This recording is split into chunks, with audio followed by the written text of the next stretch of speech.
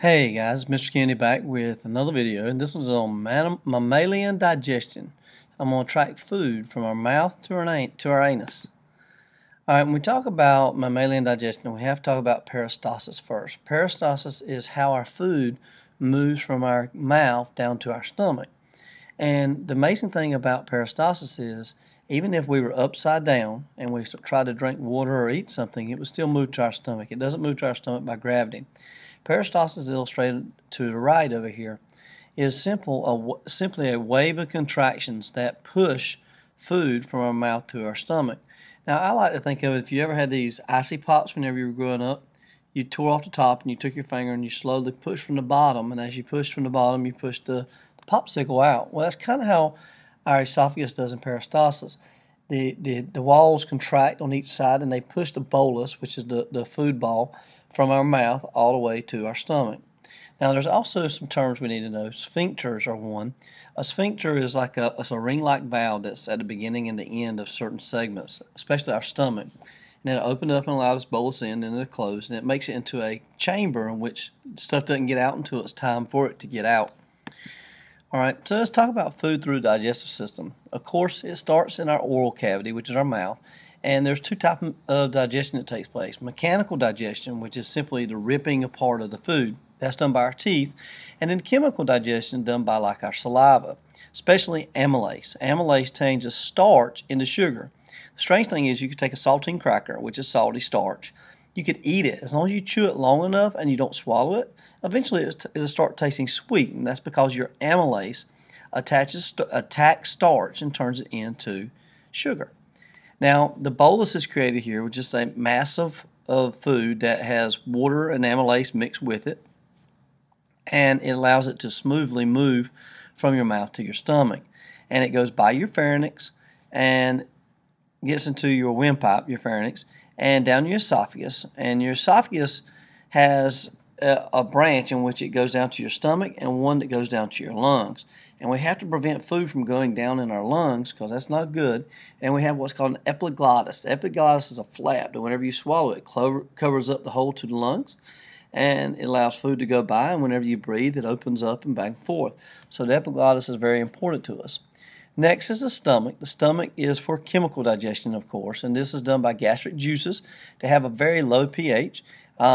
Pepsin is where it is introduced in the stomach, and pepsin breaks down protein. So now you got starches being broken down in your mouth, protein being broken down in your stomach, and it creates an acidic chemical substance called chyme.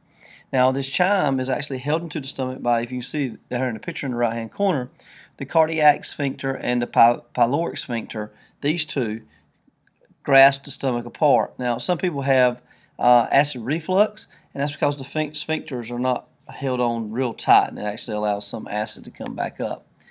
We talk about in the mouth, it does three things. It breaks up food, it moistens food, digestion of starch, and it also kills some germs in the process. Now the stomach, which is the next part, it kills germs and it stores food for just a little while, and it breaks up the food even further, and it starts digestion of proteins.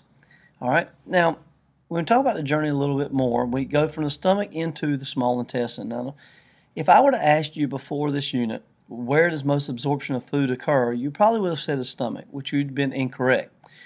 The small intestine is the major organ of absorption and reabsorption.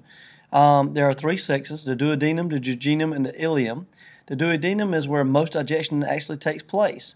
It has other types of enzymes and chemicals are added here, the duodenum, to further digestion. And a lot of the absorption, especially of water, occurs in the jejunum. And this is where a lot of your nutrients are absorbed.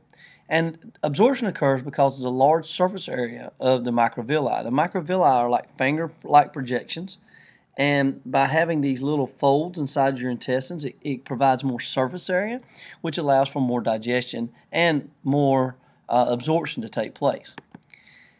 Now, next, whenever we go into the duodenum, I told you there were some enzymes that were added, and here's a list. The pancreas actually adds trypsin, which neutralizes the acidic chyme. It acts as a bicarbonate, so it's going to bring the pH closer to 7. The liver is going to add bile. Bile is going to emulsify fat or break down fat. So we've got starch being broken down in the mouth, protein being broken down in the stomach, and then now we've got fat being broken down in the liver. And the gallbladder is going to store excess bile that is not used currently. Next, we go to the large intestine. We often call that the colon. The large intestine is where over 90% of water is reabsorbed. Now, if the colon is not working properly and you do not absorb enough water, we have diarrhea. And if you absorb too much water, you actually are constipated. So this is kind of important. There is a small appendage off to the side. It's called the appendix. We don't have very much use for it today. It's actually a vestigial structure in us, a structure that's no longer useful. But long ago they believed that maybe this appendix was a little bit larger and maybe it contained some type of bacteria that acted as a symbiotic relationship and allowed humans to break down more food material. The rectum is the last thing, and of course the rectum is used to eliminate waste. Now when we talk about the evolutionary adaptations of vertebrates and dealing with the digestive system, there's a difference between herbivores and carnivores. Their specialized teeth, the length of the digestive system, the number and size of stomachs, and symbiosis. So let's talk about each one of these real briefly. Teeth, for example. Carnivores have canines, which on the front are used for ripping flesh open, basically. So that is an adaptation especially for carnivores. Herbivores have flatter teeth that are used for grinding. These are the molars, so they can actually break down the plant material. And then omnivores have a combination of both, which are us. The length of the digestive system, carnivore's digestive system is a lot shorter than a herbivore and an omnivore because the carnivore is much easier to break down protein than it is cellulose. Cellulose, of course, is the main component of the cell wall of plants. Now, the longer digestive system means it gives it more time to digest the cellulose, and then you also have places where you can have a symbiotic bacteria in the gut. Now, next we have, how exactly do cows, for example, they're called ruminants. They have an additional chambers for breaking down food or cellulose.